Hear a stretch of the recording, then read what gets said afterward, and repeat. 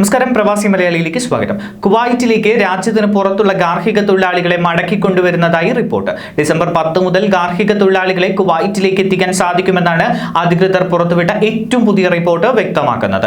രാജ്യത്ത് ഗാർഹിക തൊഴിലാളികളുടെ ക്ഷാമം വർദ്ധിച്ചതും വ്യാജ തൊഴിലാളികൾ രാജ്യത്ത് വർദ്ധിച്ചു വരുന്നതുമാണ് ഗാർഹിക തൊഴിലാളികളെ മടക്കിക്കൊണ്ടുവരാനുള്ള നടപടി വേഗത്തിലാക്കിയത്.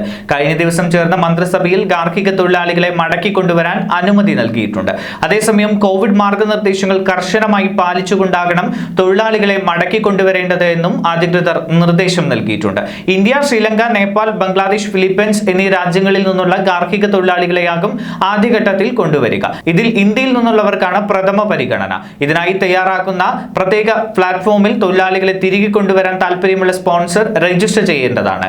ഇവർ സാധുവായ താമസരേഖ ഉള്ളവരായിരിക്കണം. അതേസമയം കുവൈറ്റിലേക്ക് മടങ്ങിയെത്തുന്ന 5 രാജ്യങ്ങളിൽ നിന്നുള്ള ഗാർഹിക തൊഴിലാളികൾക്കുള്ള ടിക്കറ്റ് നിരക്ക് നിശ്ചയിച്ചു.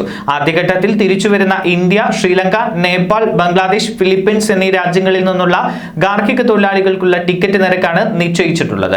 ഡയറക്ടർ ജനറൽ ഓഫ് സിവിൽ ഏവിയേഷനും കുവൈറ്റ് എയർവേസിന്റെയും ജസീറ എയർവേസിന്റെയും മാനേജ്മെന്റ് ഇത് സംബന്ധിച്ച് കൂടിക്കാഴ്ച നടത്തി. ക്വാറന്റൈൻ, PCR പരിശോധന, ടിക്കറ്റ് വില എന്നിവ ഉൾപ്പെടെ 350 ദിനാറിന് ഗാർഹിക തൊഴിലാളികളെ മടക്കിക്കൊണ്ടുവരാനാകുമെന്നാണ് അധികൃതർ വ്യക്തമാക്കുന്നത്. ഇന്ത്യയിൽ നിന്നുള്ളവർക്കുള്ള വിമാന ടിക്കറ്റിന് നിരക്ക് 110 ദിനാർ ആയിരിക്കും. കുറഞ്ഞ പാക്കേജിൽ ഗാർഹിക തൊഴിലാളികളെ രാജ്യത്തേക്ക് മടക്കിക്കൊണ്ടുവരണമെന്ന് അധികൃതർ നേരത്തെ നിശ്ചയിച്ചിരുന്നു. ന്യൂസ് ഡെസ്ക്, പ്രവാസി മലയാളി.